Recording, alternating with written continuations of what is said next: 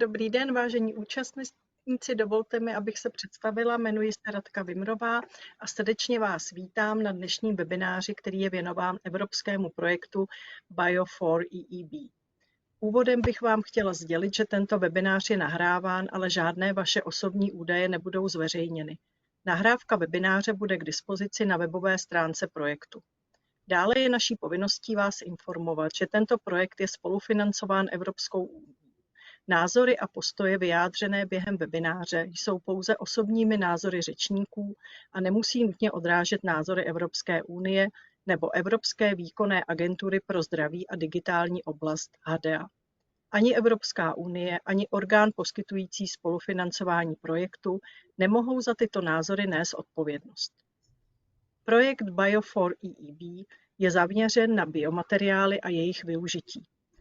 Biomateriály jsou téma, které nás provází na cestě k udržitelnější budoucnosti a získává stále větší význam v rámci současných výzev v oblasti ochrany životního prostředí a hospodaření s přírodními zdroji a energiemi. Předpokladem pro větší rozšíření biomateriálu ve stavebnictví je zajištění stálosti jejich mechanicko-fyzikálních vlastností, zajištění efektivity technologického zpracování a široké dostupnosti cestou průmyslového zpracování. Již v blízké budoucnosti mohou efektivní technologie využívající obnovitelné zdroje surovin patřit k významným technologickým alternativám a mohou tak napomoci zefektivnění a zkvalitnění výstavby v kontextu udržitelného rozvoje. V souvislosti s projektem Bio4EEB a zejména českým demonstračním projektem bych chtěla přivítat dva přednášející, kteří jsou v týmu řešitelů zmíněného projektu a dnes nebudou sdílet své poznatky a zkušenosti. Prvním přednášejícím je inženýr Tomáš Vimr z firmy STUK, který nám projekt představí, přiblíží jeho klíčové aspekty a očekávaný přínos. Druhým přednášejícím je docentka Alena Vimrová, vysokoškolská pedagožka a vědecká pracovnice z katedry materiálového inženýrství Stavební fakulty ČVUT, která nám poskytne hlubší pohled na různé typy biomateriálů a jejich využití v praxi. Zaměří se na vlastnosti, výhody a aktuální trendy v oblasti těchto materiálů, přičemž nám pomůže lépe porozumět jejich potenciálu při navrhování a výstavbě energeticky úsporných budov. Po prezentaci o biomateriálech nám pak Tomáš představí konkrétní demonstrační projekt zateplení rodinného domu v Břežanech 2 v Praze Východ. Tento projekt bude sloužit jako inspirace a ukázka toho, jak může být myšlenka využívání biomateriálu převedena do praxe. Na závěr webináře bude prostor pro případné dotazy a diskuzi. Do té doby nechte prosím své mikrofony vypnuté. Vaše dotazy můžete také napsat do chatu. Děkujeme, že jste se dnes připojili k našemu webináři a věříme, že získáte zajímavé poznatky a inspiraci k vlastnímu zapojení do udržitelného rozvoje stavebnictví. Nyní předávám slovo Tomášovi, aby nám podal základní informace o projektu Bio4EEB. Dobrý den, děkuji za slovo. Já si tady nastavím prezentaci a spustím. Doufám, že se mi to hned podaří. Tak, chtěl bych stručně pohovořit o vlastním evropském projektu Bio4EEB. Moje prezentace je rozdělena do 5 částí. Na úvod jenom vás chci informovat, že projekt vlastně vznikl v rámci výzvy Horizon CL4 2022 Resilience 01.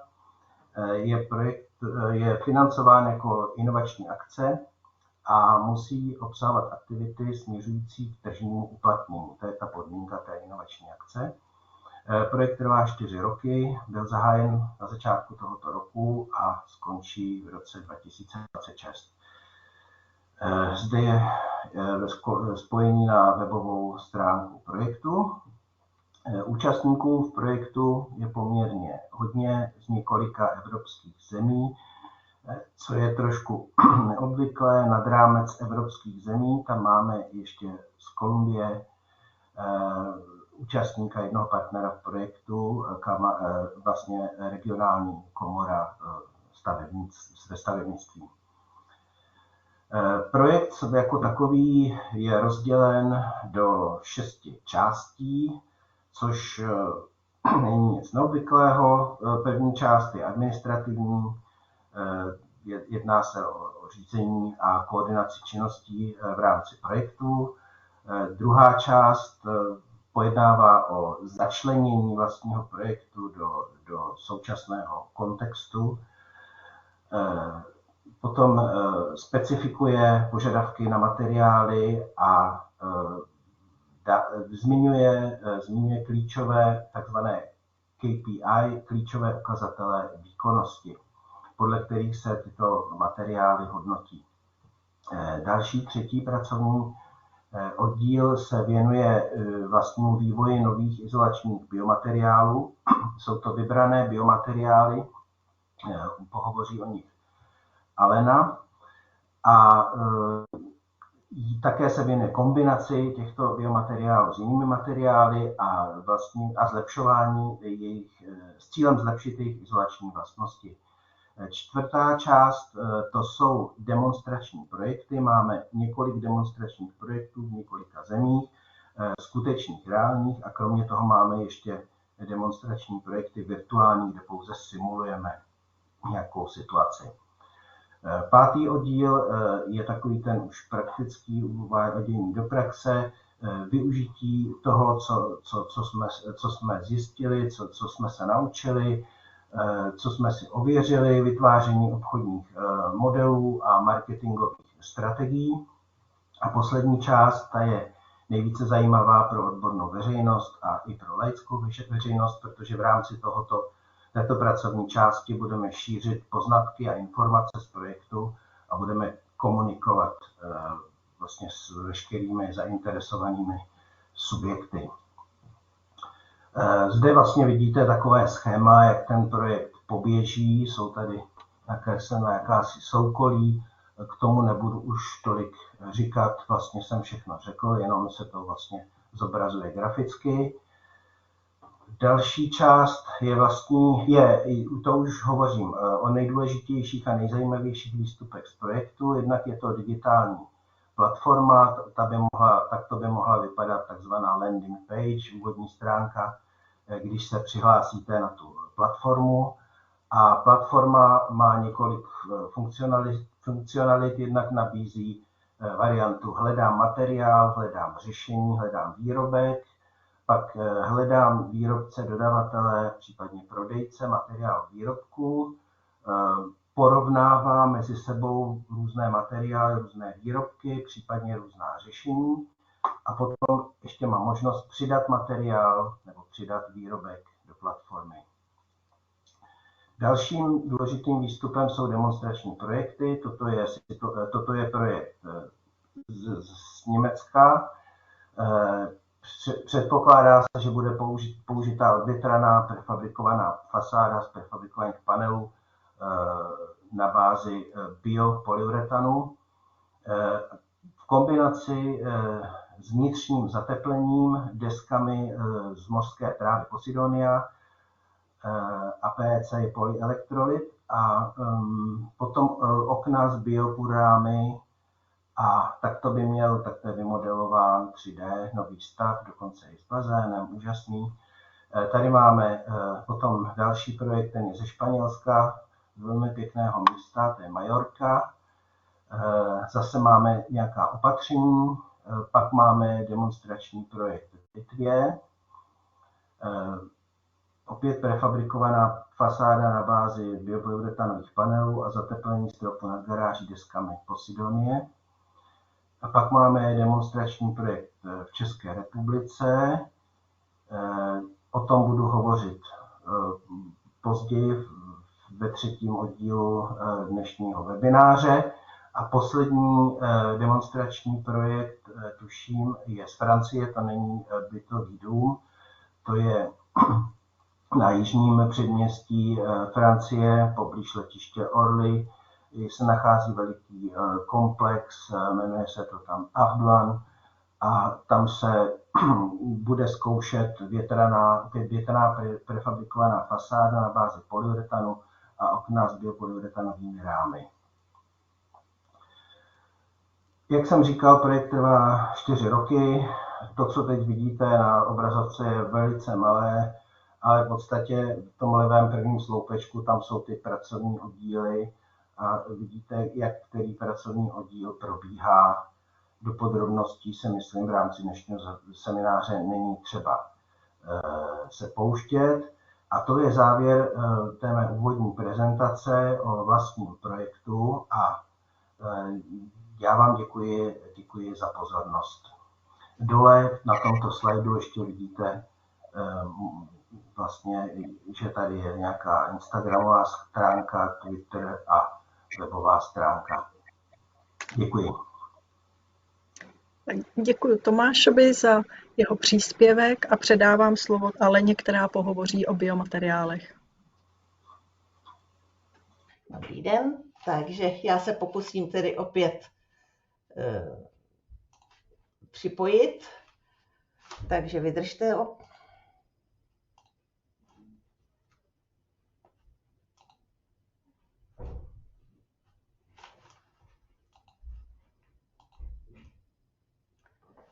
Tak, zeptám se, jestli to vidíte. Vidíte. Takže, dámy a pánové, tímto vám přeji krásné zasněžené odpoledne.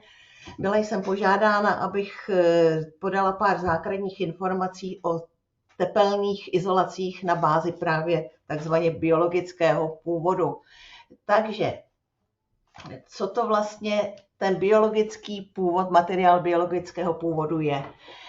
Podle definice Evropské unie je to jakýkoliv materiál, který je plně nebo částečně vyrobený z materiálu organického původu, s výjimkou materiálů obsažených v geologických formacích anebo fosílích, čímž se krásně vyvinuly z ropných produktů, které jsou taky vlastně organického původu.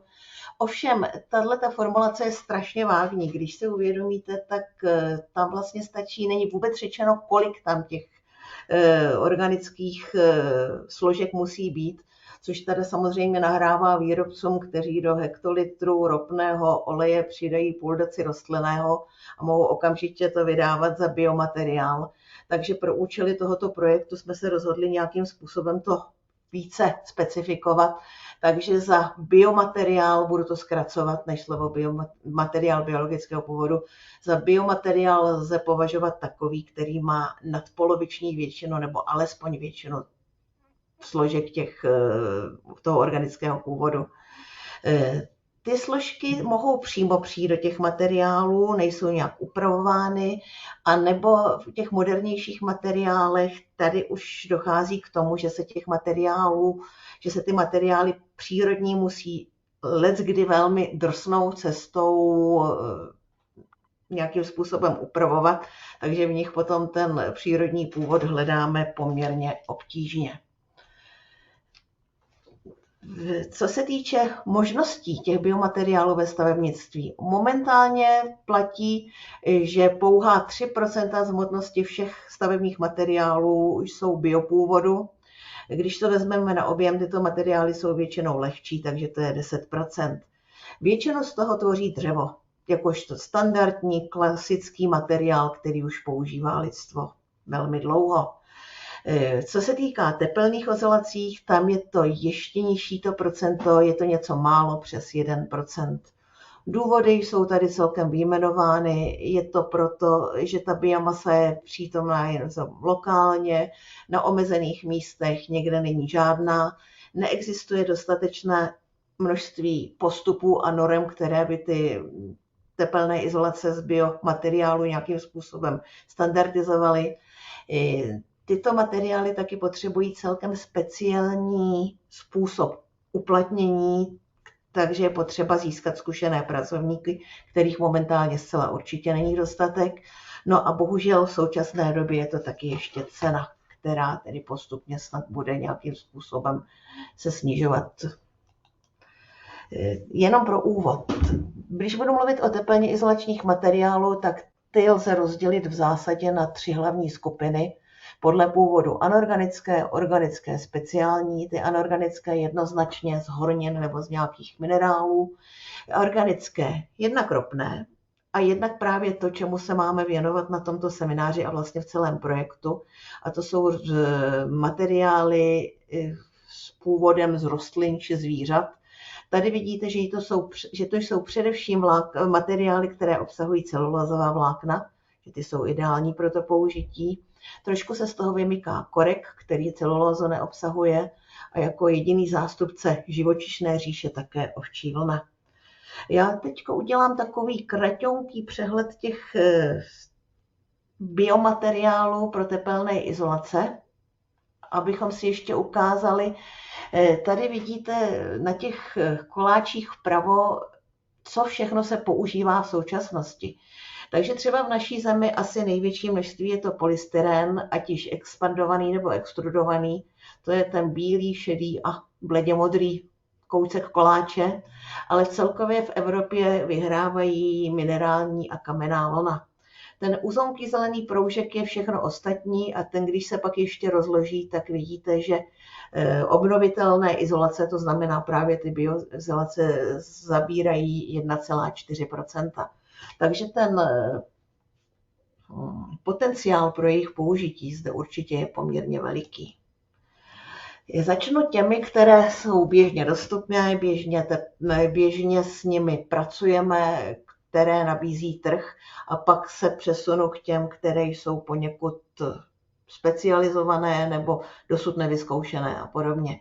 Takže samozřejmě první, co nás napadne při biomateriálu, je dřevo. Dřevo samo osobně je tepelně izolační materiál, ale tak na hraně.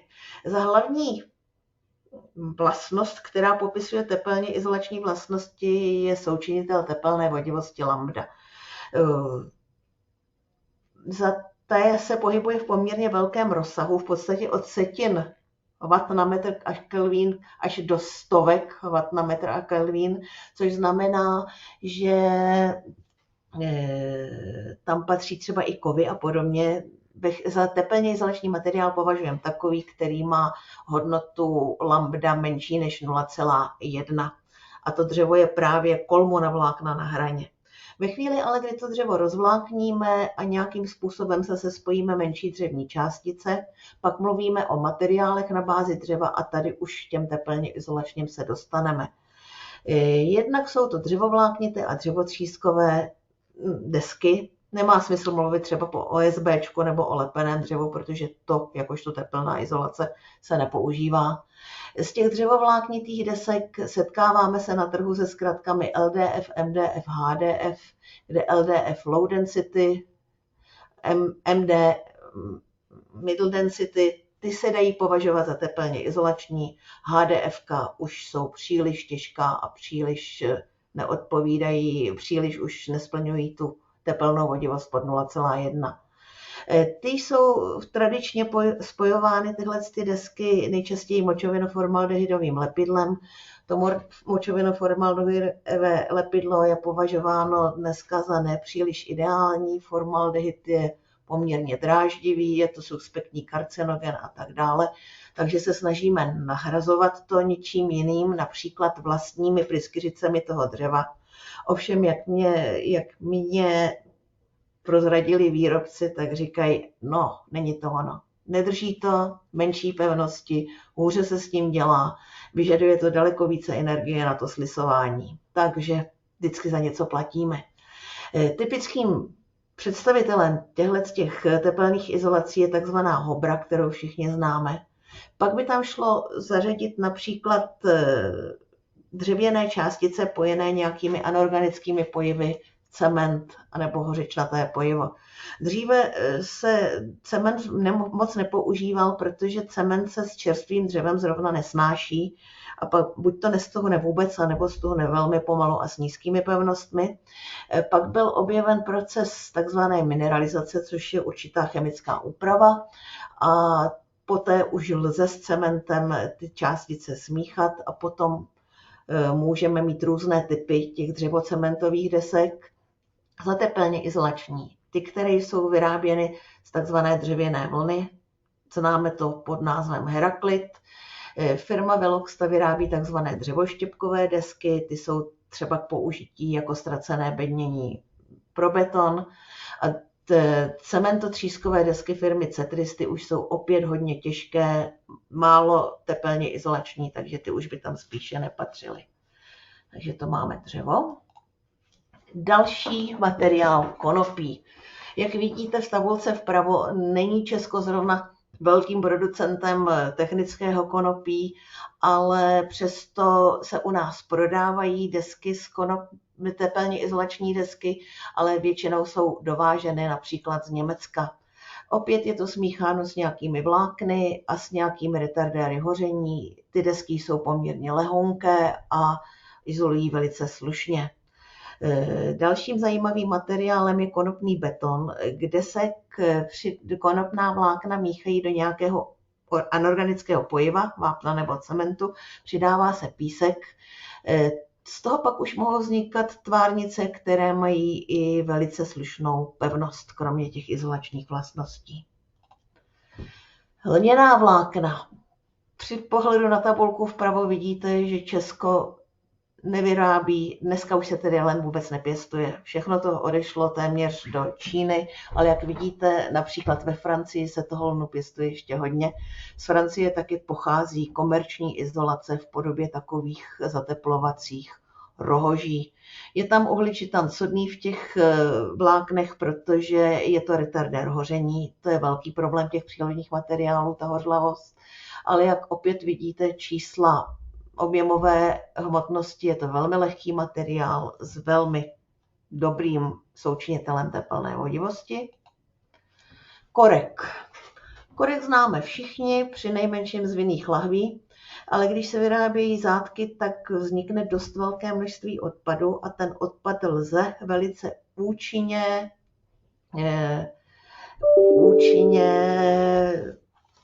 pardon, mě tady vyskakují věci na počítači, rozčilují mě. Už jsem zpátky. Takže ten korek je možno spojit, dříve se to dělalo ty částice asfaltem, vznikal takzvaný asfaltokorek. My to například máme v suterénu našeho rodinného domu, který vznikl mezi válkami a funguje to do dneška velice slušně. Dneska ale ten asfalt není považován za zrovna ideální materiál, třeba i z důvodu hořlavosti, proto se ty desky pojí vlastní pryskyřicí obsazenou v těch korkových částicích, ovšem zde musíte použít zvýšený tlak a teplotu, neboli to autoklávovat, jinak byste ty granule nespojily.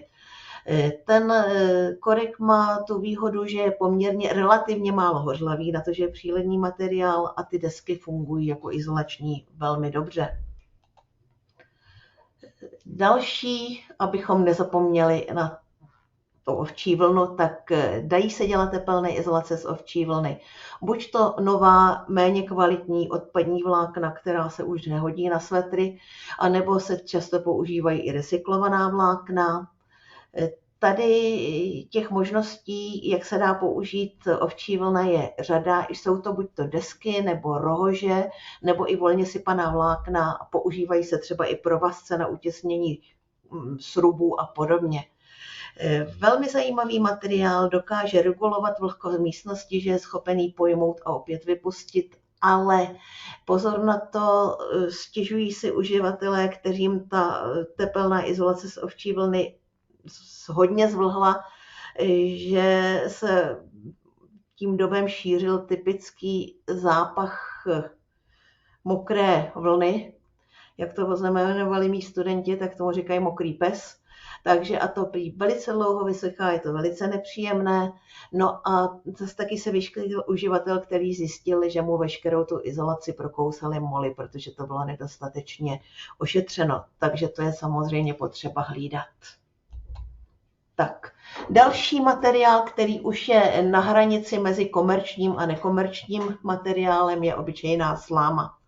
To jsou stonky z jakéhokoliv obilí. U nás asi nejběžnější to ty 4 jste vyjmenovány, pšenice, ječmen, oves a žito. To je materiál, kterého je opravdu velmi mnoho.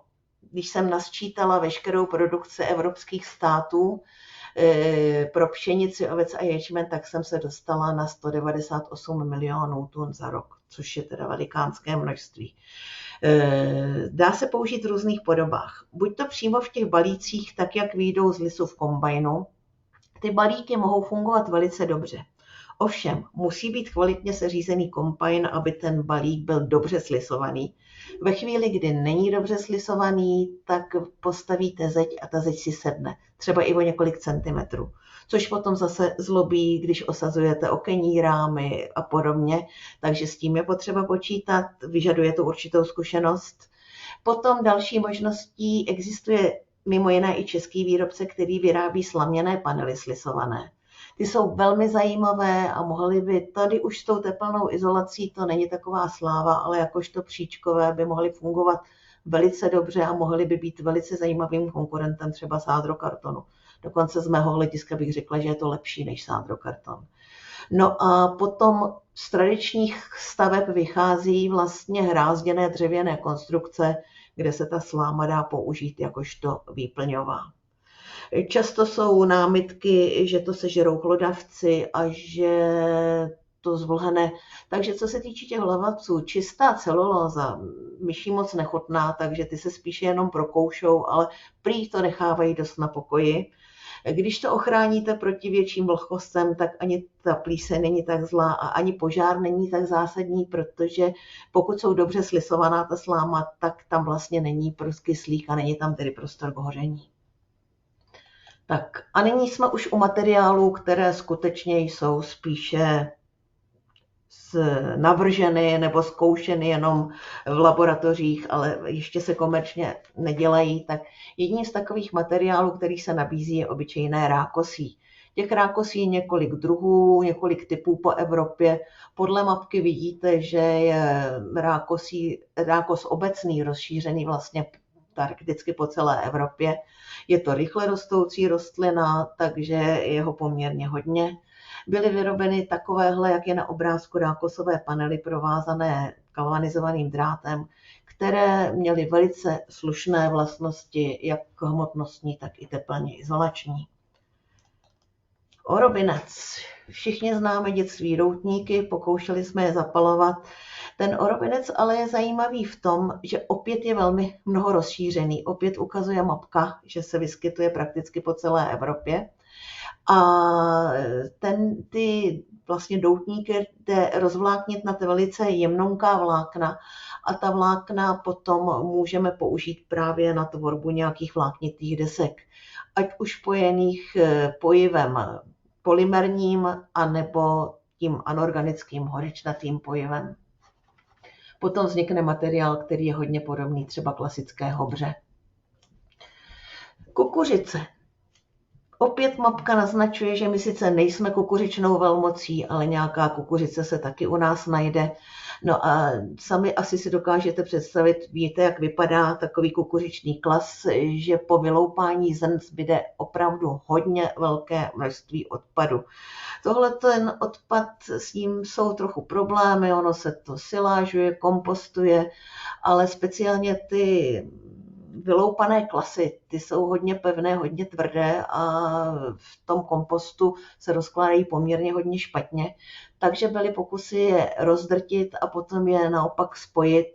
Používá se to třeba tradičně třeba i v Portugalsku, ten drcané kukuřičné klasy, ale vznikly z toho materiály, které zrovna tepelně izolační nebyly a i jejich pevnosti nebyly žádná sláva. Daleko lépe fungovalo šustí nebo vlastně usušené listy, které opravdu ty tepelně izolační vlastnosti pak měly. Bavlna, tady vidíte, že dokonce i v Evropě se pěstuje bavlna, ale je to otázka pouze jižních oblastí, takže na jihu Španělska a něco málo se pěstuje například v Řecku. Z bavlny se dá použít ty odpady opět, když se odeberou ta textilní vlákna, tak nám zbydou stonky, které mají taky velký základ celulózový. Lze to rozdrtit, lze to opět nějakým způsobem spojit, s tím ale, že se často to kombinuje ještě s jinými vlákny, například i polymerními. A pokud máme jenom ta čistá vlákna bavlníková, tak je dost problém je spojit tak, aby drželi pohromadě. Musí se to slichovat třeba za vysokého tlaku a teploty opět. No a i rýže je evropskou záležitostí. Opět dle mapky vidíte Španělsko a především Itálie. Ten obrázek toho rýžového pole není z Asie, ale je to z Itálie, ze severní Itálie, z oblasti Piemontu. Ale odpady z pěstování rýže, ty jsou především problémem samozřejmě Asie, ale i u nás by se daly využít. Je to především sláma ze stonků, která se dá i vázat do balíků podobných klasickým obilným a je to velké množství rýžových slupek. Takže opět několik pokusů vyrábět z toho desky a dokonce jsem objevila, že existuje i firma, která je nabízí komerčně a ty desky vypadají velice zajímavě. No a pak něco, co velmi dobře známe z našich krajin, a to je řepka.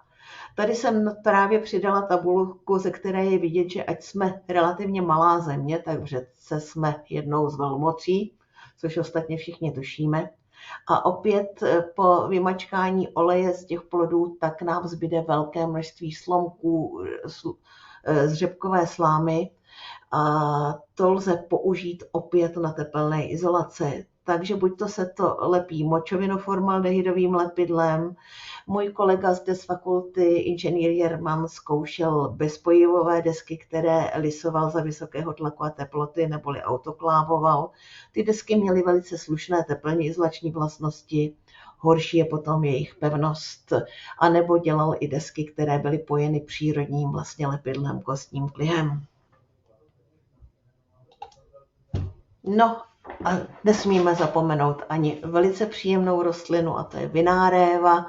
Tady vidíte, v Česku máme i nějaké množství vypěstovaných hroznů, i když samozřejmě s těmi vinnými velmocemi je to zanedbatelné, ale opět pěstování vinné révy a výroba vína přináší velké množství odpadů. Jednak ty slisované slupky, ve kterých je taky spousta ještě semínek, a jednak ty keře se musí pravidelně prořezávat, takže z toho prořezávání je velké množství různých stonků, větví, které opět lze použít. Princip zase stejný, rozdrtit a něčím slepit. Zkoušeli je výzkumníci pojít bramborovým krobem, aby to bylo opravdu přírodní. Výsledky takové středně zajímavé, ale pokud vezmete v úvahu, že to byl první z pokusů, tak je to rozhodně zajímavý nástřel. A opět materiál, který u nás můžeme mít k dispozici, a to je cukrová řepa. Tady opět z tabulky je vidět, že té cukrové řepy, i když jsme ten cukrový průmysl poněkud utlumili, tak pořád ji vypěstujeme dost. Ty cukrové bulvy ty se drtí a pak se musí vylouhovat, aby se z nich dostala sacharóza. Potom zbyde taková zajímavá na proužky nakrájená drť, která se někdy dá používat jako krmivo pro dobytek, nebo se z toho vyrábí pektin, ale přesto je toho tolik, že i to se nabízí na výrobu teplně izolačních desek. Slunečnice zase. Jednak je to drť, která zbyde ze semen, pokud vylusujete olej slunečnicový, a jednak vlastní stonky obsahují poměrně zajímavou dřeň, takovou poměrně lehkou, takže opět lze rozemlít, spojit, něco nám vznikne. Materiál poměrně lehký, pod 100 kg, když je materiál pod 100 kg na kubík, tak ho považujeme za velmi lehký a ta tepelná vodivost taky dosáhla velice slušných hodnot. Takže slunečnici také se nám nabízí lokálně. A toto je materiál, který se vymyká, který je velmi zajímavý, a to je mycelium neboli podhoubí. To podhoubí se vymyká v tom, že není třeba pracovat s odpadem, ale že ho lze vypěstovat přesně na míru. Pokud ho pěstujete v nějaké definované formě, musíte mu zajistit samozřejmě dobré podmínky k růstu a musíte ho něčím krmit. Ve chvíli, kdy zajistíte dostatek živin, zajistíte správnou teplotu a vlhkost, tak vám tu formu postupně vyplní a vyplní tak, že můžete docílit relativně hodně hutný a pevný materiál. Potom z toho můžete mít například tvarovky, vlastně cihly, to je právě na tom obrázku vpravo nahoře. A nebo se dají vypěstovat desky, které mají i zajímavou povrchovou strukturu a ty desky, pokud se ten růst toho mycelia včas zastaví, tak jsou lehké a velice kvalitně tepelně izolační. A já jsem tady připsala s vykřičníkem, že mají třídu hořlavosti A. To je ta nejlepší třída, která existuje a ta je v oblasti těch přírodních materiálů velmi výjimečnou. Většinou se pohybujeme právě F-ko, to by se vůbec ve stavě používat nemělo. Jsme rádi, když se pohybujeme v tom Ečku, abychom to mohli použít aspoň za nějakých podmínek. Problémem ale toho mycelia je to přece jenom na bázi plísní a hub, že ve chvíli, kdy vám navlhne, tak má tendenci pokračovat v plesnivění, takže je nutno tyto materiály dost výrazně chránit proti vlhkosti. No a poslední, co zbývá z toho, jsou materiály na bázi biopolymerů. Biopolymery, slovo polymer pro nás vždycky je synonymem plastu, takže v tomto případě nahrazujeme tu ropnou bázi, ze který ten plast je vyrozený nějakým přírodním olejem, ale ten přírodní olej musíme jednoznačně nějakým chemickým způsobem upravit, nebo chemicko-mechanickým, nebo fyzikálním, například mikrovlnnou úplavou, zahříváním a podobně. A to, co nám vznikne, je potom hmota, která je vlastně srovnatelná s polymerními materiály toho ropného původu. Jakožto zdroj suroviny může být různé rostlinné oleje, ze dřeva používáme dřevní lignin nebo taniny, mohou to být řasy, může to být nějaký další bioodpad a podobně. Takže potom z toho byly pokusně vyrobeny například polyesterové pěny, fenolické pěny, polyuretanové pěny. O tom polyuretanu budu mluvit za chvíli, protože ten je součástí tohoto projektu. Takže ten projekt, o kterém všichni, jehož webináře vy se teďka účastníte, má v podstatě za úkol studovat těchto 5 typů materiálů a výrobků. Jednak jsou to desky z té Posidonie mořské, jednak jsou to nátěry na bázi polyelektrolytických komplexů, zase neptejte se mě, co to je. Potom jsou to modifikované pěny PLA. PLA je ten materiál, který se používá třeba do 3D tiskáren dneska nejčastěji, což je právě biopolymerní materiál.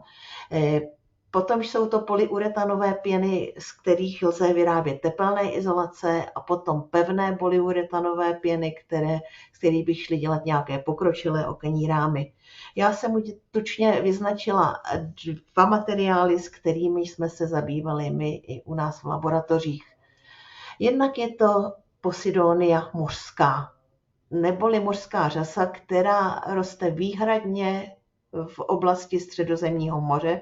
Je to endemit Středozemního moře a tam ji všichni známe, pokud jsme se někdy rozvalili na pláži u tohoto moře. Jsou to takový ty nepříjemný hnící vrstvy řas, které potom místní municipalita musí odvážet a někde kompostovat nebo spalovat, má s tím problémy. Takže to jsou mrtvé listy vyplavené na pláž a potom to, co zemře přímo v tom moři, tak moře ty listy zcela rozemele na nejjemnější vlákínka a potom je mořské proudy zsuchají vlastně na takové koule, kterým se česky říká mořské koule a ty potom nacházíte různě po pláži. Tyhle ty mořské koule jsou tvořeny skutečně velmi jemnými vlákínky, takže ta vlákínka, když se rozvlákní, tak se dají potom použít velice dobře. Takže dokonce se už komerčně nabízejí ta rozvlákněná vlákna k nějakému volnému zásypu. Vidíte, že mají celkem nízkou hmotnost a velice slušnou tepelnou vodivost. Potom ta vlákínka lze pojit právě do desek, ale jak vidíte, pojili je epoxidovou pryskyřicí, aby to vůbec nějakým způsobem fungovalo. Ty listy, tak jak jsou vyplaveny na pláž, ty lze použít taky, samozřejmě za podmínky, že se vysuší. a nějakým způsobem vyčistí, vyperou. Například je použili ve Španělsku pokusně jakožto izolace, volně sypaná izolace ploché střechy, kde to fungovalo velice slušně, anebo byly pokusy vyrábět lisované desky, opět ale pojeny poměrně nepříjemným polymerním lepidlem. Proto pro naše účely jsou vyvíjeny desky, které jsou pojeny rostlinnými pryskyřicemi. A to, co vidíte na obrázku, vidíte, že ta deska vypadá velice zajímavě. Ty jsme měli možnost v našich laboratořích vyzkoušet. Hmotnosti do 300 kg na kubík je celkem slušná hodnota a i lambda, která se pohybuje kolem 0,05 až 0,07, je taky velice slušně přijatelná. Co je zajímavé, že jsou relativně difuzně uzavřené ty desky. Většinou ty přírodní materiály jsou hodně otevřené. Pevnost ohybu mají takovou, že se dají použít například jakožto zateplení stěn stropů. Rozhodně to není nosný materiál. Vyzkoušeli jsme, zda nejsou toxické pro ostatní rostliny a živočichy, což celkem nepřekvapivě vyšlo, že nejsou.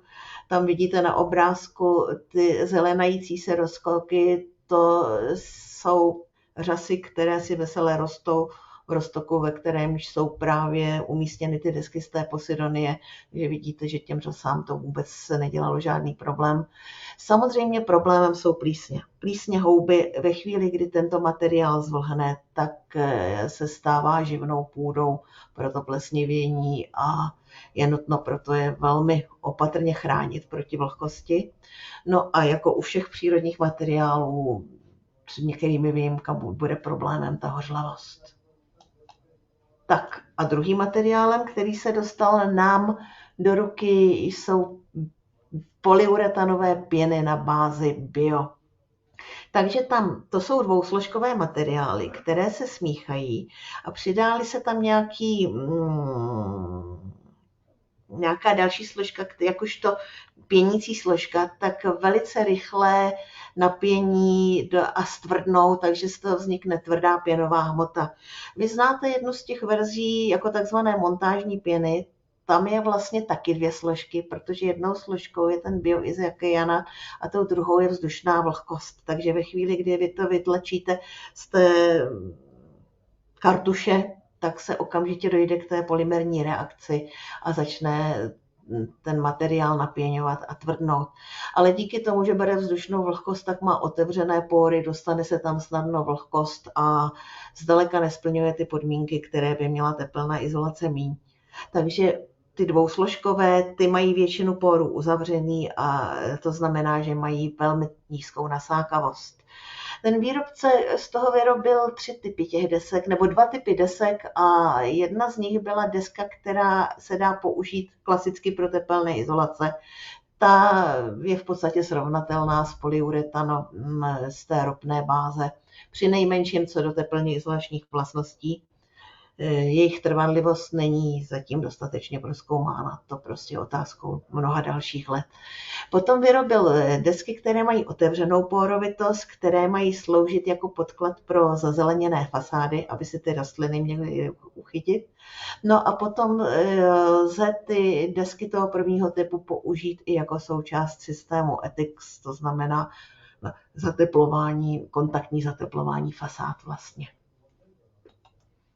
Tak a tady jenom posledních pár slajdů, kterými porovnám to, co je anorganické, s těmi biomateriály. Modří jsou sloupečky, které se týkají anorganických materiálů, zeleně těch přírodních. Takže vlevo objemová hmotnost.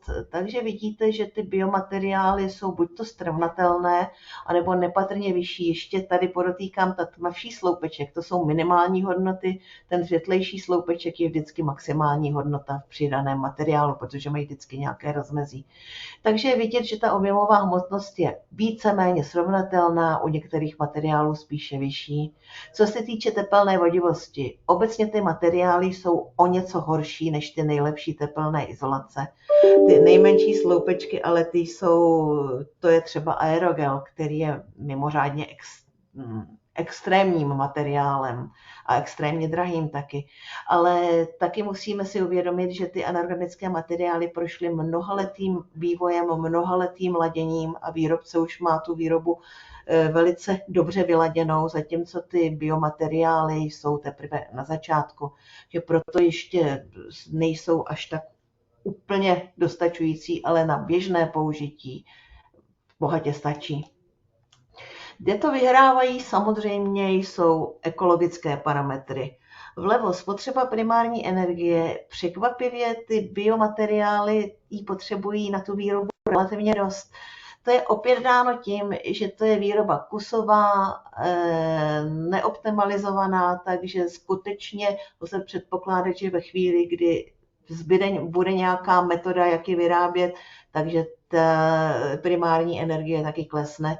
No a jednoznačně potenciál globálního oteplování, který vidíte na tom pravém grafu, zatímco u těch anorganických může být vysoký až velmi vysoký, to jsou právě ty nejlepší typu VIP a podobně, tak u těch biomateriálů tam se pohybujeme dokonce v negativních hodnotách, takže z hlediska toho ekologického jednoznačně samozřejmě vyhrávají, což je důvod, proč se dělají. No a poslední shrnující slide, když bychom shrnuli výhody těch biomateriálů, já už jsem je v podstatě naznačila, ale obnovitelné zdroje, ekologický dopad nízký, můžeme velice často použít odpadní materiály, takže snížíme celkové množství odpadů. Když dožijou, tak většinou jsou kompostovatelné, dobře zlikvidovatelné. V 90% jsou zdravotně naprosto nezávadní, naopak mohou pomáhat třeba ke kvalitě vzduchu v interiéru a podobně. Jsou to zdroje, které jsou lokálně rozvrstveny vlastně po celé zeměkouli, takže ušetříme si za dopravu, která bývá ekologicky velmi náročná. No a taky myslím si, že není nezajímavé to, že z nich mohou vznikat velice designově zajímavé věci. To jsme nakonec viděli třeba u toho mycélia. Nevýhodou obecně nižší trvanlivost. Co příroda nám dá, tak si to taky bere zpátky, takže samozřejmě ta trvanlivost musíme nějakým způsobem hlídat, ošetřovat. Ta plyne právě z toho, že tyto materiály snadno podléhají různým škůdcům, houbám, plísním, hmyzům. Podmínka přidání nějakého insekticidního přípravku je naprosto bezpodmínečná, nutná. Veliký problém bývá hořlavost, až na výjimky. Opět musí se přidávat nějaký retardér hoření, jinak ty desky ve stavebnictví nelze použít. Problémem může být i to, že přírodní zdroje mají různou kvalitu, takže je třeba průběžně sledovat, co zrovna přijde tomu výrobci. Tak tyto jsou 4 úplně základní nevýhody. Ty další 3, nedostatek technických norm, to se pomalu mění, ty normy vznikají a samozřejmě vznikat budou. Cena opět plyne z toho, že jsou to spíše kusové materiály, v okamžiku nějaké průmyslovější výroby bude jednoznačně dolů. A nedostatek zkušeností při aplikaci, ty materiály vyžadují často speciální postupy a ty postupy se někdo musí nejprve naučit. Takže se s vámi rozloučím, poděkuji a děkuji za pozornost. Děkuji Aleně za vyčerpávající přednášku a předávám ještě jednou slovo Tomášovi, aby nám podal informace o demonstračním projektu Břežany 2. Děkuji za slovo. Budu mít ještě jednu krátkou prezentaci o vlastním demonstračním projektu v Čechách. Ten projekt proběhne, vlastně už začal, ve vesnici, která se jmenuje Břežany 2. Je to poblíž Českého Brodu, nebo mezi obcí Úvaly a Českým Brodem. Rozdělil jsem to do 5 částí, tu prezentaci. Jedná se o typickou venkovskou stavbu, určenou k bydlení, postavenou v roce 27. Obvodové zdivo cihelné, příčky cihelné, dům je nepodsklepený. částečně obývané podkroví, je tam současně i z části půda. Dům byl původně vytápěn akumulačními kamny a tuhými palivy. V současné době je převážně vytápěn tepelným čerpadlem. Dosud je ohřev teplé užitkové vody zajištěn 2 zásobníkovými ohřívači. Obytná plocha 117 m2, užitná 144. Když se dělají teplně technické výpočty, tak jsme uvažovali s oblastí -12. Tady vidíte, jak ten dům vypadá. V půdorysech v zásadě je rozdělen na čtvrtiny, je to čtverec rozdělený na čtvrtiny, když to zjednoduším.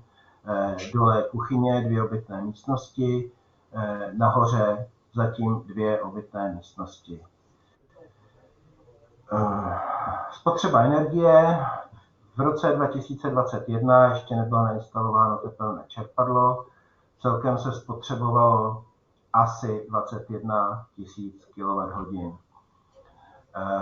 V roce 2022 už velká část roku bylo vytápěno tepelným čerpadlem. Vidíte, že úspora energie byla značná a samozřejmě bylo by ještě třeba provést korekci přes 1 stupně.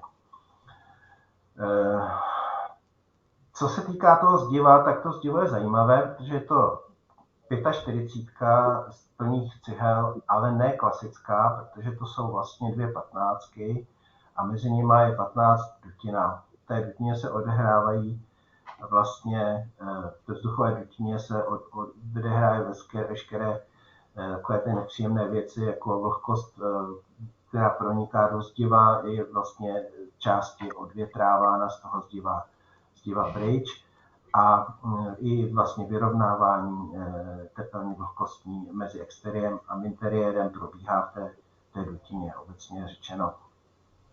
Předmětem testování bude zateplení fasády.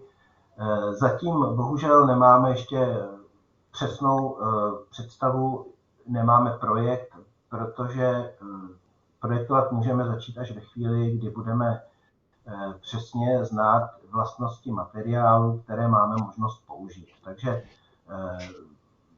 myšlenka je, že se použije vytrávaná fasáda mezi dřevěný rošt, nebo do dřevěného roštu se vloží tepelně izolační desky, potom to bude vlastně překryto difuzní folií, která bude sloužit současně jako zábrana proti případné pronikající vlhkosti dešťovými srážkami, odvětrávaná vzduchová dutina a potom bude navrch, budou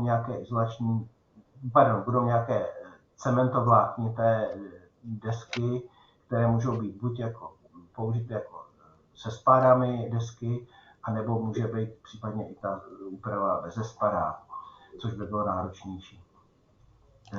V současné době probíhá měření.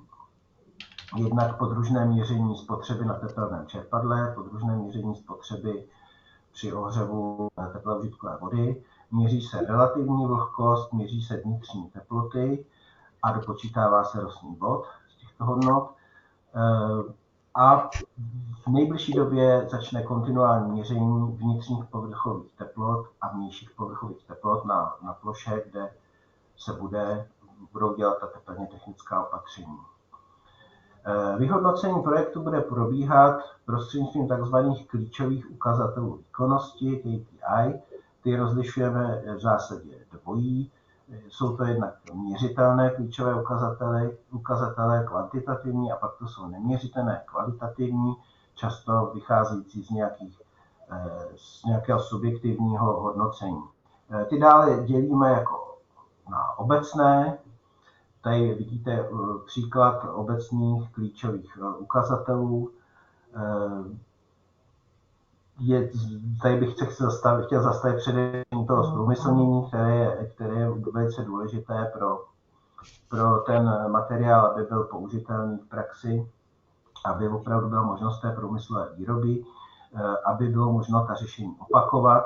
Důležitá je životnost materiálu samozřejmě a to, aby byl snadno rozebíratelný, případně ještě znovu použitelný, byť i třeba nějakým jiným způsobem. Další kritéria těch klíčových ukazatelů výkonnosti jsou architektonická, potom tam jsou technická, to jsou z mého pohledu spíš ta hodně důležitá, samozřejmě požární odolnost, jaké jsou teplně technické vlastnosti toho materiálu, jak se chová ve vztahu k vlhkému prostředí, jak se chová, jak odolává biotickým škůdcům a samozřejmě, jaké jsou jeho mechanické vlastnosti. Pak tam jsou environmentální kritéria, tam důležité je hlavně to, jak lze s tím odpadem následně zacházet, když vlastně stavba dospěje ke konci své životnosti. A potom samozřejmě je taky důležité, kolik je tam v tom materiálu vloženo, kolik je zabudováno energie a uhlíku. Pak to jsou ekonomická kritéria. Když to řeknu velmi zjednodušeně, tak mě jako soukromníka, když si zatepluji, tak zajímá především, za jak dlouho se mi ta investice, za kolik let se mi ta investice vrátí. To vlastně přepočítám z velké části přes to, kolik jsem ušetřil energie ve vztahu k předchozím letům před danou úpravou, kterou jsem udělal. Na závěr jenom pro shrnutí, proč ty demonstrační projekty děláme, tak samozřejmě chceme ověřit ty vlastnosti vybraných výrobků, které se v rámci projektu vyvíjejí, a i vlastně celých technických řešení s využitím těch výrobků v různých podmínkách, v různých zemích, na různých typech domů. Chceme vyhodnotit ty klíčové ukazatele výkonnosti a porovnat je s klíčovými ukazateli běžně používaných izolací. A chceme prokázat, že biomateriály mohou být za jistých okolností alternativou dnes běžně používaným dostupným izolacím, jako je pěnový polystyren, minerální vlákno, sklené vlákno, polyuretany. A samozřejmě v neposlední řadě cílem demonstračního projektu je také to, aby ty informace a znalosti, které jsme získali, abychom mohli předat odborné a laické veřejnosti. Já vám děkuji za pozornost a nyní bych chtěl poprosit Radku, aby převzala slovo. Tak děkuji ještě jednou Tomášovi za obě přednášky a nyní nastal prostor pro vaše případné dotazy nebo náměty, diskuzi. Dotazy se pokusíme zodpovědět, takže asi by bylo nejlepší, jestli má někdo dotaz, aby se přihlásil nebo ho případně napsal do chatu.